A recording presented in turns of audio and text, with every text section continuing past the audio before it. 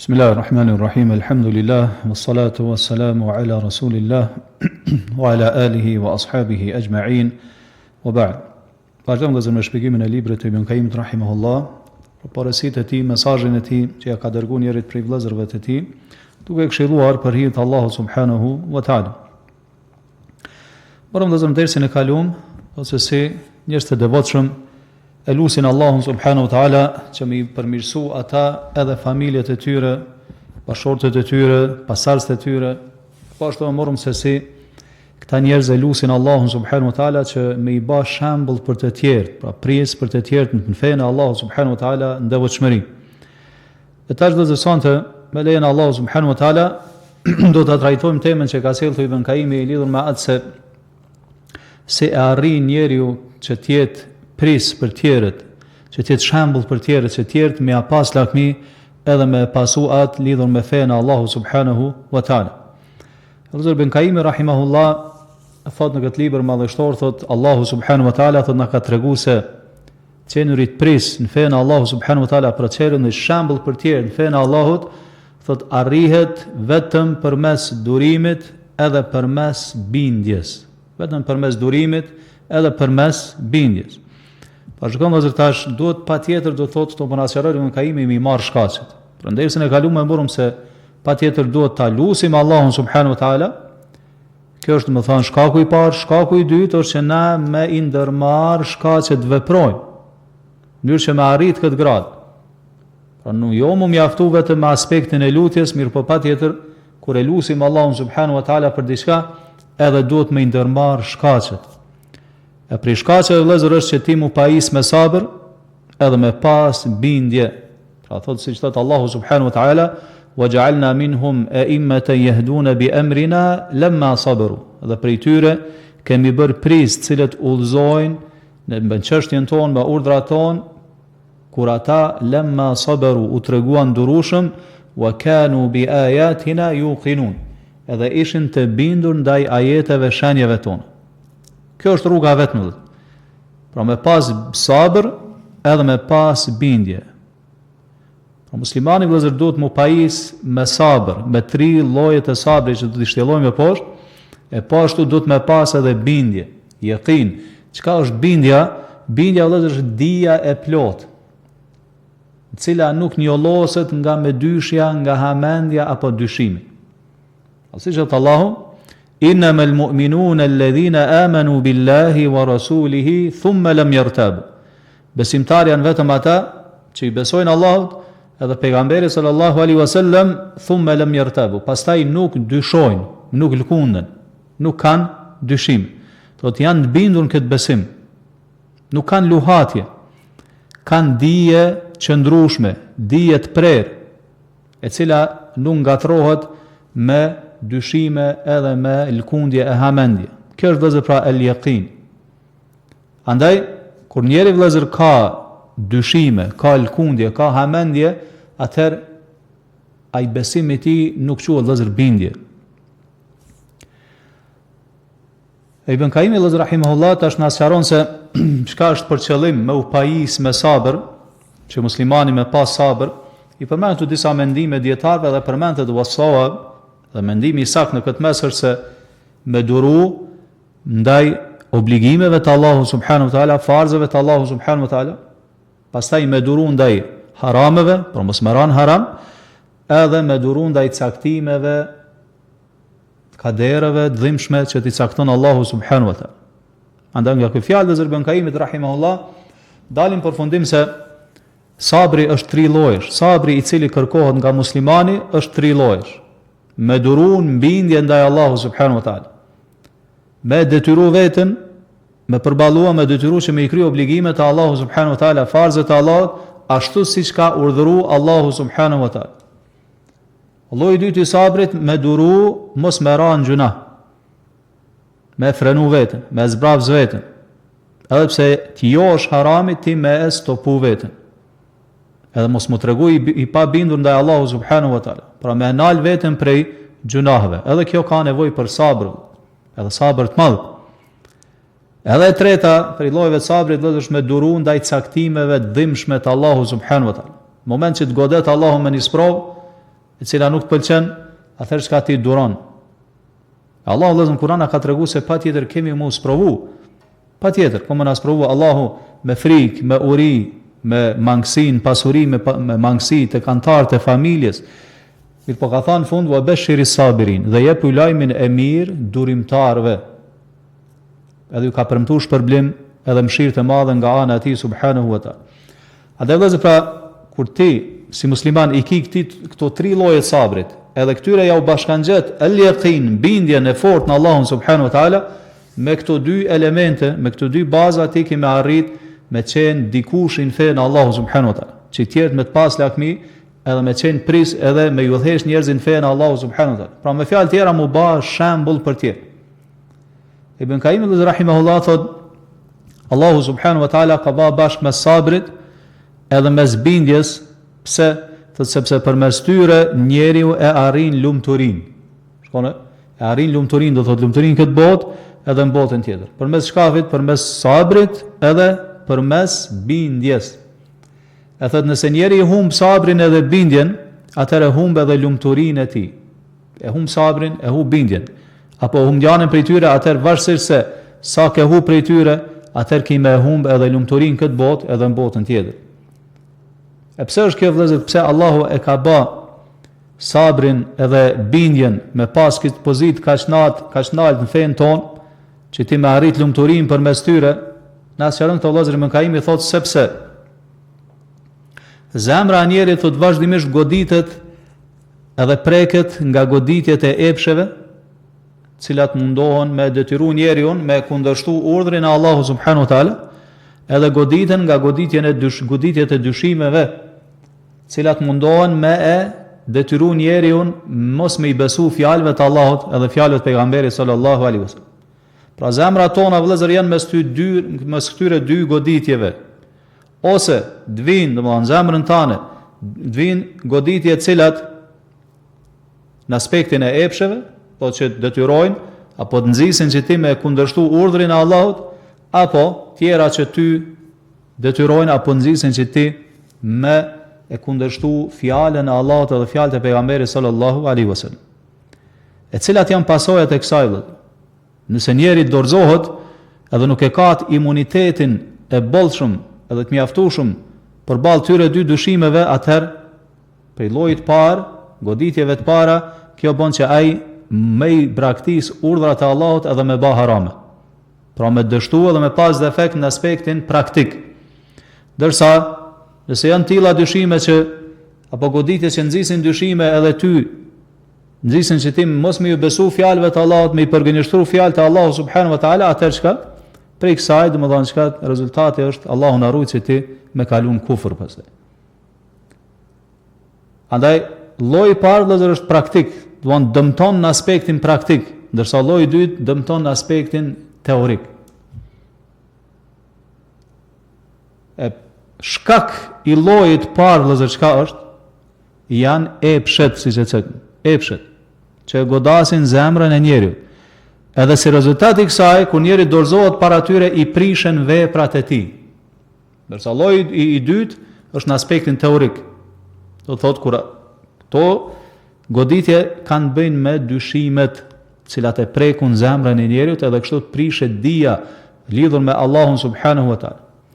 Edhe siç e kemi cekë edhe nderset e kaluara, çdo prishje që e godet njeriu, ose vjen si rezultat i epsheve, ose si rezultat i dyshimeve. Dyshimi ta prish dijen në raport me Allahun, kurse epshet ti prishin veprat. Mirë po, elhamdulillah, Allahu ka lan ilaç, ka lan banxhana që ju kundërvihen këtyre, që ti mu mbrojt përmes tyre. Mu mbrojt nga dyshimet, mu mbrojt edhe nga epshet. Si të mbrohemi nga këto vëllezër? Përmes tyre 2 pikave që po na i përmend këto Ibn Qayyimi, me sabër edhe me bindje. Pra patjetër si musliman, duhet mu pajis me sabër edhe me bindje. Dëshiron me shpëtu nga dyshimet, atëherë pajisu me bindje. Si thamë që është dija e prerë, dija e plot, në cilën nuk ka thije dyshimi, që mos me të prish dija në raport me Allahun edhe me fenë e tij. Andaj vëllezër muslimani, nëse në zemrën e tij nuk ka bindje lidhur me Allahun edhe me fenë e Allahut subhanahu wa taala, atëherë çdo dyshim që i vjen e nxjerr nga besimi i sakt, e largon nga besimi i sakt. Andaj dëshiron me dëshiron me ju bë ballë dyshimeve, pa isu me bindje. Ndërsa përmes sabrit shpëton nga epshet. Si tham, sabri është 3 lloje. Një lloj i sabrit është me durun, mos me bë gjunah Allahu subhanahu wa taala. Vjen diçka që ty nxit edhe t'josh me i bë gjunah Allahu subhanahu wa taala, duron. Edhe e zbraps, nuk e kryen atë vepër të keqe pse për shkak durimit që e ki. Ndërsa njeri nëse nuk ka durim vëllezër përballë epsheve, atë çdo gjë që i shfaqet përpara, ai më njëherë bjen to. Më njëherë tërhiqet edhe shkon pas tyre. Atë dhe pra thot Ibn Kaimi, përmes sabrit largohen epshet, ndërsa përmes bindjes largohen dyshimet. Thot sepse epshi edhe dyshimi e kundërshtojnë tërësisht fenë e Allahu subhanahu wa taala nga çdo aspekt.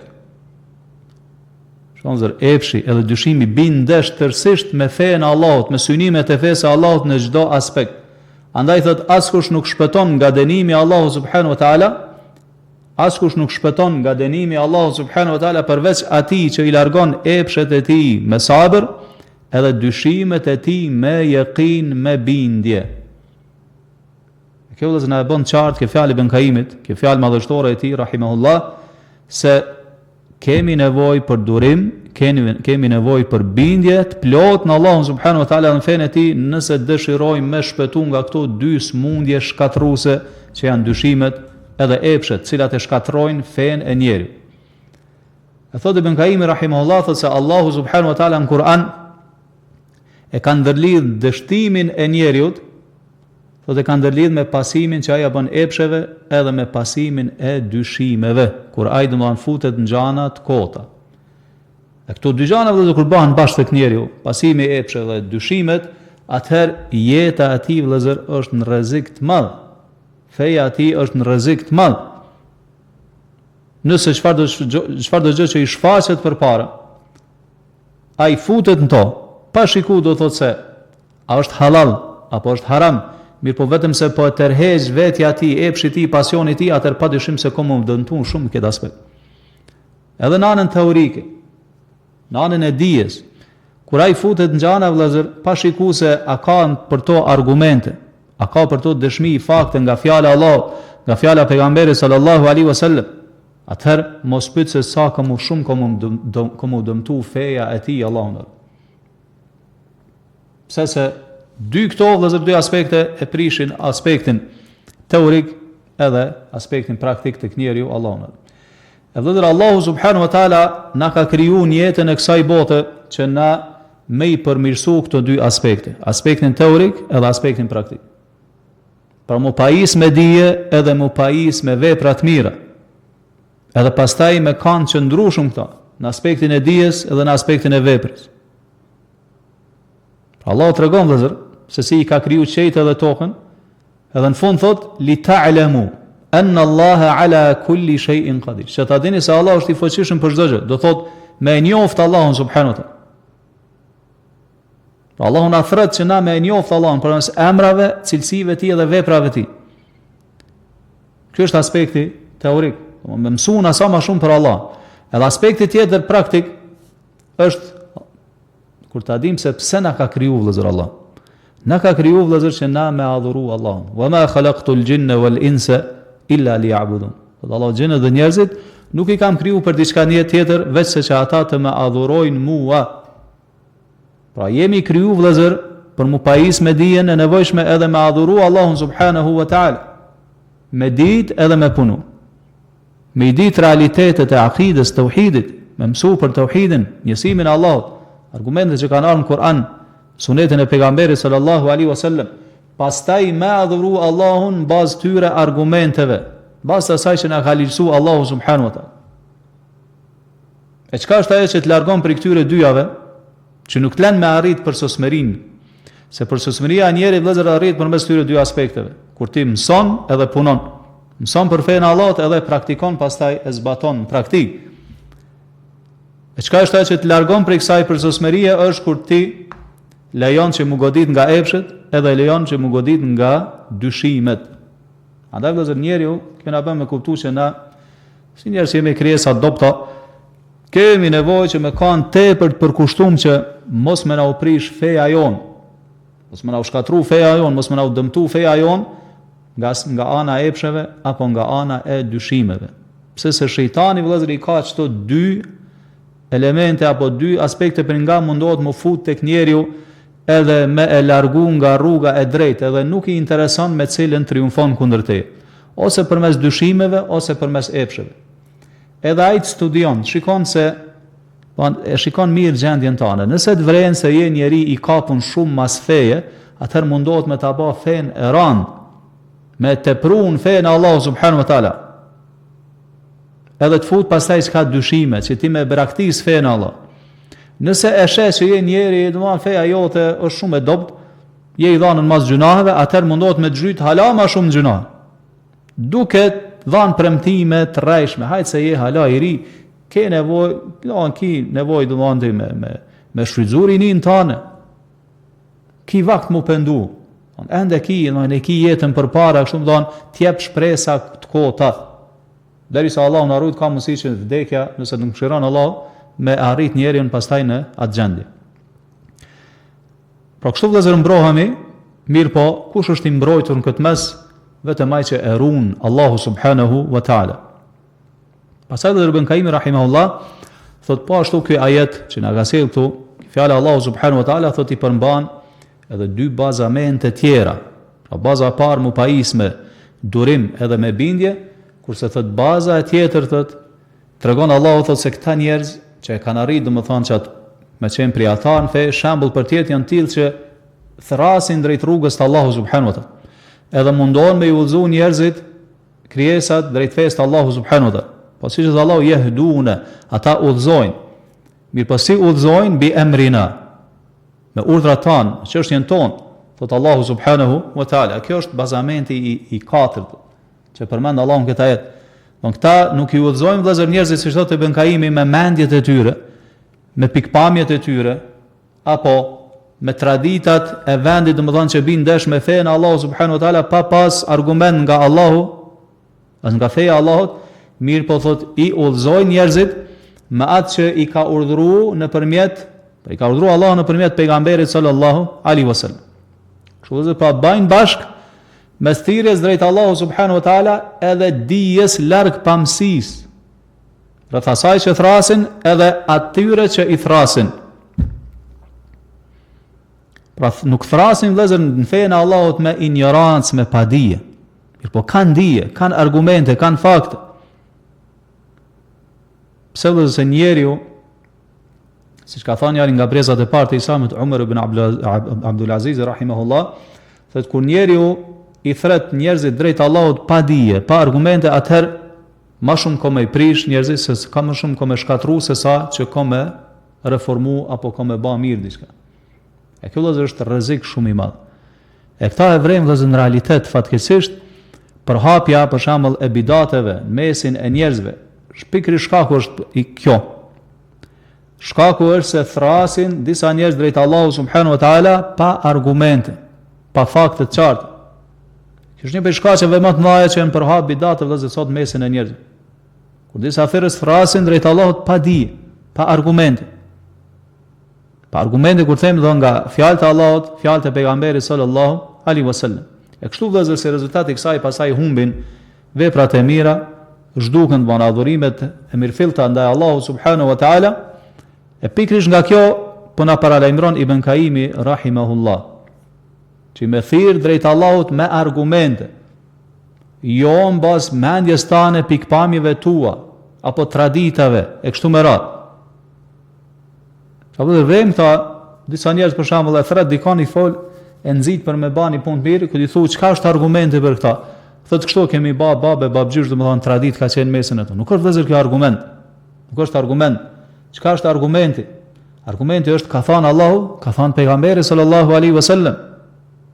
Siç na ka mësuar pejgamberi sallallahu alaihi wasallam, ka thënë taraktu fikum amrayn. Thotë mesin e ju kam lënë dy gjëra. Lan tadhillu ma tamassaktum bihima. Nuk keni me deviju përderisa jeni të kapur pas tyre. Kitab Allahi wa sunnat nabiyihi, librin e Allahut edhe sunetin e pejgamberit sallallahu alaihi wasallam. Por të ka thënë pejgamberi sallallahu alaihi wasallam, inna asdaqal hadithi kitabullah, fjalët më të vërteta në fjalët e Allahut. Wa ahsanal hadi hadi Muhammedin sallallahu alaihi wasallam, dhe udhëzimi më i mirë, më i plot, më i përkryer është udhëzimi i pejgamberit sallallahu alaihi wasallam. Wa sharral umuri muhdathatuha, dhe punë më të këqija janë bidatet shpikura. Wa kullu muhdathatin bid'a wa kullu bid'atin dalala wa kullu dalalatin fi an-nar. Dhe çdo punë e shpikur është bidat, dhe çdo bidat çon humbje, dhe çdo humbje përfundimin e ka në zjarrin e xhehenamit. Allahu na. Andaj vëllezër, thirrja drejt Allahut nëse nuk e ka si burim fjalën e Allahut, librin e Allahut edhe sunetin e pejgamberit sallallahu alaihi wasallam, atëherë prej asaj thirrje ka me pas devijim, ka me pas gjana të kota, ka me pas bidate që nuk munden me u numëru. Po zë pra këto janë 4 cilësi këtu që i ka përmend Allahu subhanahu wa taala, lidhur me këta njerëz 4 themele, 4 bazamente. Pra e para vëllezër ishte sabri, e murëm do të thotë se çfarë do të thotë njeri me pas sabër. E dyta ishte el yaqin, bindja, edhe këta e murëm se çfarë është kuptimi i bindjes. E këto te bindja vëllezër Ibn Kaimi ndalet pak edhe na tërheq vërejtjen, thotë që njeriu thotë me pas bindje të plot, bindje të qëndrueshme, bindje stabile, në cilën nuk ka me dyshje, nuk ka domethënë hamendje, nuk ka më thonë lkundje, lidhur me 6 shtyllat e imanit, domethënë që i ka përmend Allahu në Kur'an. Me besu Allahun, me besu engjëjt, librat e tij, pejgamberët e tij, ditën e fundit edhe kaderin e Allahut, qoftë i mirë apo i keq. E që ky besim vëllezër, çdo 6 shtyllat e imanit quhet aqide. E marr nga fjala e gjuhës arabe el aqd, që do të thonë me lidh. Kur dishon ti me lidh diçka që mos me të ik. Kështu vëllezër është marr fjala aqide për kësaj. Po njeri, çfarë do thotë kjo? Shikoni tash ndër lidhjen e anës gjuhësore me anën fetare sheriatike, ti ke nevojë me e lidh zemrën tënde fort përmes të këto 6 shtylla të imanit. Edhe mos me pas ta fije, në to fije dyshime apo luhatje. Nëse e ki zemrën e lidhur në këtë formë, do të sikur kur lidh diçka, atëherë dije se akidja jote, besimi yt çka është i saktë, edhe bindja jote është e vërtetë. E nëse është e kundërta, po besimi yt nuk është stabil, mirë po ki me dyshje, ki luhatje, ki dyshime, atëherë asnjë vepër vëllezër nuk ka mu pranu prej teje Allahun arru. Pse vëllezër se krejt feja islame qëndron mbi këto 6 shtylla. Krejt feja islame qëndron mbi këto 6 shtylla. Pse se krejt feja me punët e saj, me bindjen ndaj Allahut subhanahu wa taala, me adhurimet, nuk pranohet nga njeriu vëllezër kur del para Allahut subhanahu wa taala përveç nëse ka bindje të plot në zemrën e tij. Për arsye Allahu ka thënë: "Wa man yakfur bil imani faqad habita 'amaluhu wa huwa fil akhirati min al khasirin." Wa man yakfur bil imani faqad habita 'amaluhu wa huwa fil akhirati min al khasirin. Kushdo që mohon besimin, pra nuk beson, faqad habita 'amaluhu. Këtë punët e tij kanë mju asgjësu, këtë punët e tij kanë mju shkatru. Wa huwa fil akhirati min al khasirin. Edhe në botën tjetër do të jetë prej të humburve, prej të dështuarve. Do thotë, nëse bindja jote në çdo 6 shtyllat e imanit nuk është ashtu siç kërkohet, mirë po ki luhatje, ki dyshime, ki me dyshje, atëherë asnjë vepër e jote s'ka mu pranu. Qoftë namaz, qoftë agjerim, apo bindje tjera ndaj Allahu subhanahu wa taala. Çfarë do vrem në shumë ajete të Kuranit, Allahu përmend këtë realitet. Në shumë ajete të Kuranit vëllezër Allahu përmend këtë realitet, edhe e ndërlidh pranimin e veprave me ekzistimin e imanit. Edhe shpërblimin për veprat me ekzistimin e imanit në Allahun edhe në 6 shtyllat e imanit. Allahu thotë: "Man amila salihan min dhakarin aw untha wa huwa mu'minun falanuhyiyannahu hayatan tayyibah." Kurdo që bën punë të mira, qoftë mashkull ose femër, duke qenë besimtar. Shikoni kushtin vëllezër. Duke qenë besimtar. Falanuhyiyannahu hayatan tayyibah. Ne kemi me bathut Allah që ai me kalu jetë mirë. jetë mirë, qetë, shpirtërore. Po ashtu Allah ka përmendur në ajete të tjera se shpërblimin në ahiret e arrin vetëm besimtari. Wa man arada al-akhirata wa sa'a laha sa'yaha wa huwa mu'min. Kurdo që dëshiron botën tjetër edhe përpiqet fort me arrish shpërblimin e Allahut, wa huwa mu'min, duke qenë besimtar. Fa ulaika kana sa'yuhum mashkura. Vetëm tillve Allahu domon ja u jep shpërblimin në botën tjetër. Ajetet shumë të vëllezër që e kanë këtë kuptim.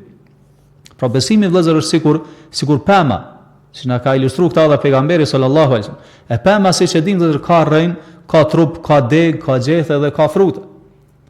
Andaj kështu vëllezër dhe imani, nëse imani nuk ka rrein, çush ka mundësi me qëndru, domethënë çka trupi, çush ka mundësi me qëndru pastaj deg, çush ka mundësi me qëndru pastaj gjethet edhe frutat. Është e pamundshme. Kështu vëllezër pozita e këtyre 6 shtyllave të imanit ka shifest Allahu subhanahu wa taala. Sikur rënd me pemën, apo sikur koka me trupin. Moment që koka hiqet nga trupi, do njeri vdes. Moment që pema nuk ka rraj vëllezër, atëra ai pemë nuk qëndron, do thahet vyshket edhe vdes.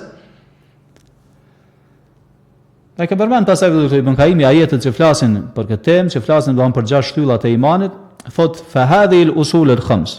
Thot këto shtyllat e imanit, thot kush nuk beson në to, felejse bi mu'min. Kush nuk beson me bindjen to, nuk është besimtar. E çka është, çysh duhet me besu tash vëllezër në këto? Çfarë bindje duhet me pas na karshi këtyre 6 shtyllave të imanit, na sqaron këto Ibn Kaimi rahimahullah, thot me pas çasi bindje, çasi imani njeri në zemrën e tij që thot hatta tasira ka'annaha mu'ayanatun lil qalb. Sikur me i pa me syt e zemrës, ashtu siç me i pa domethënë me syt e zemrës, me çasi bindje, këto shtyllat e imanit, ashtu siç e sheh domethënë me sy diellin edhe hanën. Shkon dhe çfarë ndërlidhje të bukur ka bërë Ibn Kaimi rahimahullah me tregu se si duhet me kanë bindja në Allahun, besimin, 6 shtyllat e imanit në zemrën e besimtarit. Bon duhet me pas çasi bindje vëllezër, lidhur me realitetin e imanit, bindje të paluhatshme që nuk mundet më fund të asnjë fije dyshimi. Do thot ashtu siç njeri vëllezër po don me thënë Ibn Kaimi kur me sytë e tij sheh gjana që i beson, paluhatshëm edhe bindshëm, çashtu duhet me kanë ky besim në zemrën e njeriut. Besim do të thonë i paluhatshëm edhe i palkundur me pas bindje të plotë. Pastaj na përmend edhe këtu një fjalë madhështore Ibn Kaimi që kanë thënë disa nga brezat e parë të Islamit, kanë thënë el-yaqinu el-imanu kulluhu. El-yaqinu el-imanu kulluhu. Bindja është imani në tërësi. Bindja është imani në tërësi. Pse vëllezër se çfarë vlere ka njeriu si shtam pa bindje? A mundet me përfitu nga adhurimet që i kryen, me namazin, nga namazi i tij, nga zakati i tij, punët e tjera, nuk përfiton vëllezër kur gjë nëse nuk ka bindje. Se krejt feja, si shtam vëllezër, është e ngritur mbi bindje. Mbi bindjen e plotë në shtyllat e iman. Andaj nëse nuk e kikit bindje në zemrën tënde, atëherë gjitha veprat e tua çka shkatrohen edhe nuk pranohen te Allahu subhanahu wa taala. Pastaj përmend vëllezër Ibn Kaimi parimin e tretë, se të këta janë njerëz që i udhëzojnë njerëzit në rrugën e Allahut, i thrasin njerëzit drejt Allahut subhanahu wa taala edhe drejt pejgamberit sallallahu alaihi wasallam. Shkone i thrasin njerëzit drejt Allahut edhe drejt pejgamberit sallallahu alaihi wasallam. Pra i thrasin njerëzit drejt tauhidit, që me adhuru Allahun subhanahu wa taala. Edhe i thrasin njerëzit drejt pejgamberit sallallahu alaihi wasallam. Çfarë do thotë kjo? Me pasu rrugën e pejgamberit sallallahu alaihi wasallam. Edhe përmend fjalën e Allahut, ku thot Allahu, kur tregon vlerën e këtyre njerëzve, wa man ahsanu qawlan mimman da'a ila Allahi wa 'amila salihan wa qala innani minal muslimin. Kush është me fjalë mirë se ai që thret drejt Allahut subhanahu wa taala, bën punë të mira, edhe thot me të vërtet un jam prej muslimanëve. Po shikoni vëllezër, Ibn Kaimi thot ky lloj njerëzor është lloji më i mirë i njerëzve, me pozitën më të lartë te Allahu subhanahu wa taala, me vlerën më të lartë te Allahu subhanahu wa taala. Askush do thot nuk mundet mu krahasu me ta. Askush nuk mundet me arrit pozitën e tyre. Thot Ibn Kaimi dhe pikërisht ai njerëz që Allahu i ka përjashtu nga humbja dhe dështimi që përmend surën Al-Asr, wal Asr, pashakohën innal insana lafi khusr. Vërtet se krejt njerëzimi janë humbje, illa alladhina amanu wa amilu salihat. Me përjashtim të atyre që kanë besu, punojnë mirë, bajnë punë të mira, wa tawasaw bil haqqi wa tawasaw bis sabr. E porosisin janë i tjetrin për të vërtetën, edhe porosisin janë i tjetrin me pas durim. Vetëm këta i ka përjashtuar vëllezër Allahu, domthon kush i ka këto katër cilësi.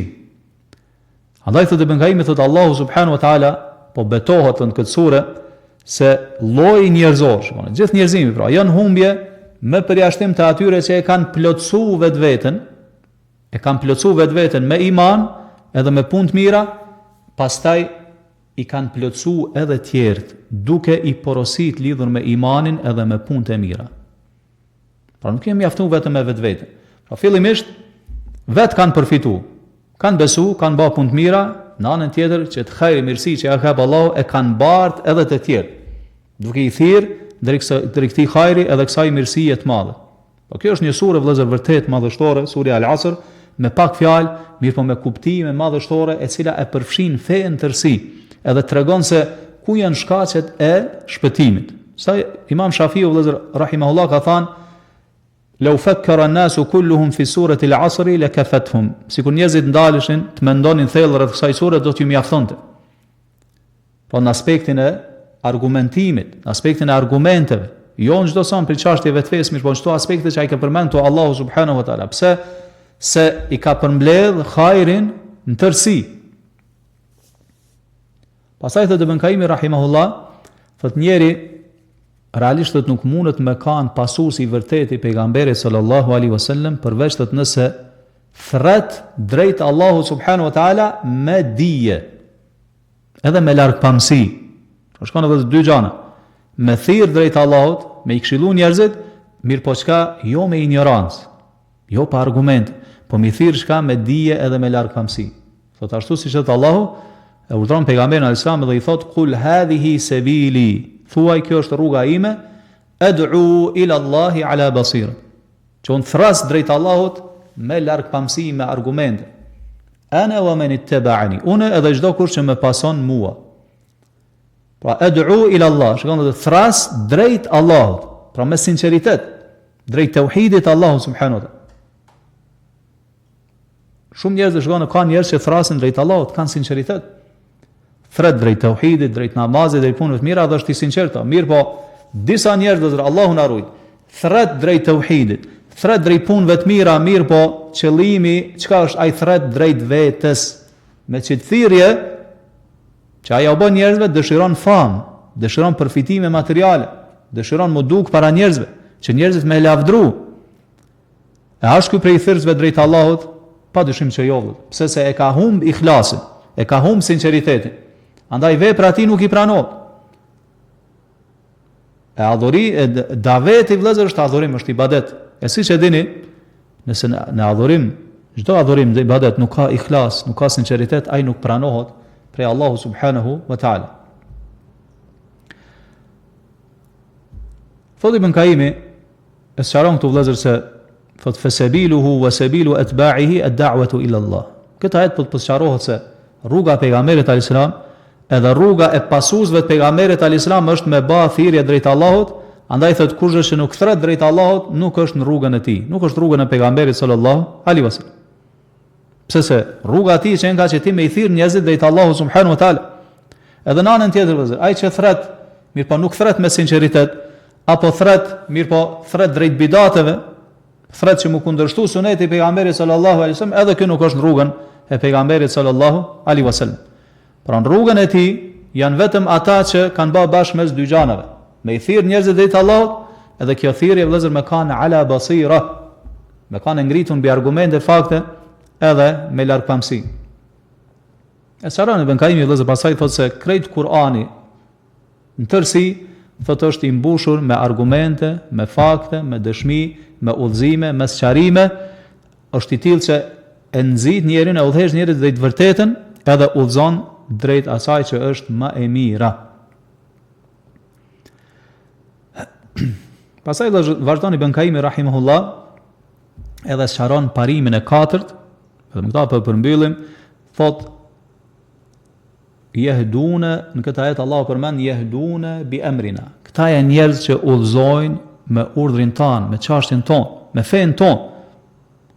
Pa thotë Ibn Kaimi, kjo është argument se ata e pasojnë atë që i ka zbritur nga Allahu, edhe i ka zbritur prej Allahut, i ka zbritur pejgamberi sallallahu alaihi wasallam, edhe këta njerëz i udhëzojnë njerëzit vetëm me anë të shpalljes, me Kur'an edhe me Sunet.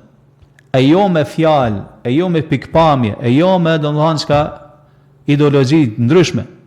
Thot bella yahduna illa bi amrihi khassatan.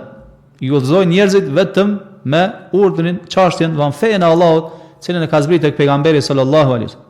E pikërisht vetë që kjo është el basira, që është e lartpamësia, cilën Allahu i ka ndëruar këta njerëz me pas dije për fen e Allahut subhanahu wa taala, edhe dije rreth asaj që thrasin, edhe në anën tjetër vëllazër me pas ka lartpamësi, me pas lartpamësi. Ose kështu duhet me ka njeri që thret drejt Allahut subhanahu wa taala. Jo me thirr me mendjen e vet, jo me pikpamjet e veta. Mirë po me thirr me shpallje, me Kur'an, me Sunet, me argumente, me fakt. Pastaj vëllazër, është interesant janë prej dietarëve e ka përmend një fjalë që vërtet është madhështore, ka thënë se al-aqaid al-mawjuda ala qismayn, thot besimet që janë sot në mesin e njerëzve, thot janë dy lloje, dy kategori. Thot aqaidun nazila, besime të zbritura, që kanë zbritur domethënë nga Allahu subhanahu wa taala. Çfarë është qëllimi i kësaj vëllazër? Që kanë ardhur domethënë që kanë me anë shpalljes. E çka e dallon këtë besim prej besimeve tjera, është vëllazër se njeri i cili e pranon këtë besim edhe e praktikon këtë besim në jetën e vet. Çka thot ky njeri? Thot, unë besoj kështu se kështu ka thënë Allahu, kështu ka thënë pejgamberi sallallahu alaihi wasallam. Shikoni kriterin, thot unë besoj kështu se kështu ka thënë Allahu, edhe kështu ka thënë pejgamberi sallallahu alaihi wasallam. Kështu ka qenë vëllazër metodologjia e brezave të parë të Islamit. Kjo është akidia. Ka thënë Allahu, ka thënë pejgamberi sallallahu alaihi wasallam. Ajet, hadith. Lloji i dytë, kategoria e dytë, thot ky dietar është aqaidun nabita, besime që kanë dalë si pjell e mendjeve njerëzore, domthonë besime toksore, shpikura nga njerëzit, filozofi ndryshme, pikpamje ndryshme, ideologji ndryshme. Pastaj secila ka shkollën e vet, i ka librat e veta, i ka nxënësat e vet që e përhapin në kështu me radhë. Atë kjo na ndihmon me kuptues se domthonë çfarë është ajo e sakta e çka është ajo domthonë e devijuar. Secili mundet me pretendu gjana ndryshme, secili mundet me shpik mendime ndryshme, pikpamje ndryshme, me besime ndryshme. Po çfarë është ai kriteri që i hedh poshtë gjitha këto, edhe bën që ti si besimtar me kanë mbrojtur nga këto, libri i Allahut edhe suneti i pejgamberit sallallahu alaihi wasallam. E jo vëllazër polemikat e ndryshme, jo debatet e ndryshme, jo njëri me kanë i tillë që kur e sheh dikon që është ma i Zotin shprehur në oratori, në rrjedhshmëri e pason ato, pa i shikuar domosdoshmë fjalë që ai thotë a i ka nga Kur'ani, apo fjalët e pejgamberit sallallahu alaihi wasallam, apo nga brezat e parë të Islamit. Shallë një njeri ka ardhur tek përcjelljet e Imam Maliku rahimahullah, dietari i madh Islam, edhe ka thënë po du me debatu me ty. Po du me polemizu me debatu me ty. Imam Maliku i ka thënë, mirë ka thënë, nëse unë të muj gjatë debatit, ka thënë unë të kom të pasu. Mirë ka thënë, nëse ti unë mund mu, thot ti duhet mu pasu mu. Mirë thot, nëse vjen një njeri i tretë, një tjetër edhe na mund dyve, thot na e pasojnë ata. Imam Maliku pastaj vëllai ka thënë, feja nuk është kështu. Feja nuk është kush e mund kon. Thot feja është qala Allahu, qala rasuluhu. Feja është ka thënë Allahu, ka thënë pejgamberi sallallahu alaihi wasallam. Ç'është është feja vëllai? Që ti me kanë kapun çto parime.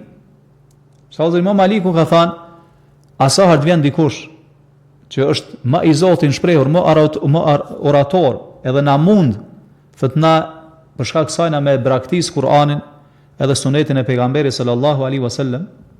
Sikur ti ishte vëllazër kështu, atëherë kish me humb feja Allahu subhanahu wa taala. Po kjo nuk është kështu vëllazër, feja është dritë që e ka zbrit Allahu në Kur'an edhe në sunetin e pejgamberit sallallahu alaihi wasallam.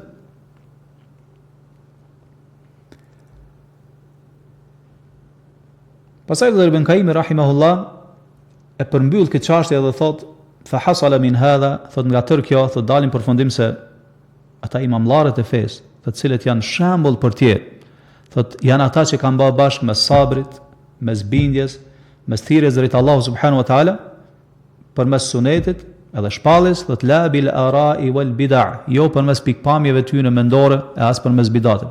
Thot fa haula'i khulafa'ur rasuli fi ummatihi sallallahu alaihi. Thot kanë ata që e zavensojnë pejgamberin sallallahu alaihi wasallam në umetin e tij, thot janë njerëzit e veçantë Allahut edhe evliat e tij. Thot wa man adahum, andaj kurdo që i armiqson ata apo i lufton ata, realisht thot e ka luftu, i ka shpall luftë Allahut subhanahu wa taala. Siç thot Allahu në hadithin qudsi, man aada li waliyan faqad adhantuhu bil harb. Kurdo që e armiqson një mik timin, thot Allahu, un atij njeriu i kam shpall luftë. Un atij njeriu i kam shpall luftë. Mos pyet vëllezër për njeriu cilit Allahu subhanahu wa taala i shpall luftë, se si ku me kanë gjendja e tij, Allahu na ruaj. Pastaj dhe Ibn Kaimi rahimahullah na sjell një fjalë madhështore nga Imam Ahmedi, imam e Ahlus Sunnetit dhe Xhamatit, që të palajmë për dersin e ardhshëm inshallah, se është vërtet fjalë madhështore dhe këshill madhështore nga ky imam i madh i Islamit. E në fund e lutim Allahun subhanahu wa taala na sjell dobi me atë që dëgjum. Lutim Allahun subhanahu wa taala me na shtu dijen e khairit, wa sallallahu wasallam ala nabina Muhammad wa ala alihi wa ashabihi ajma'in.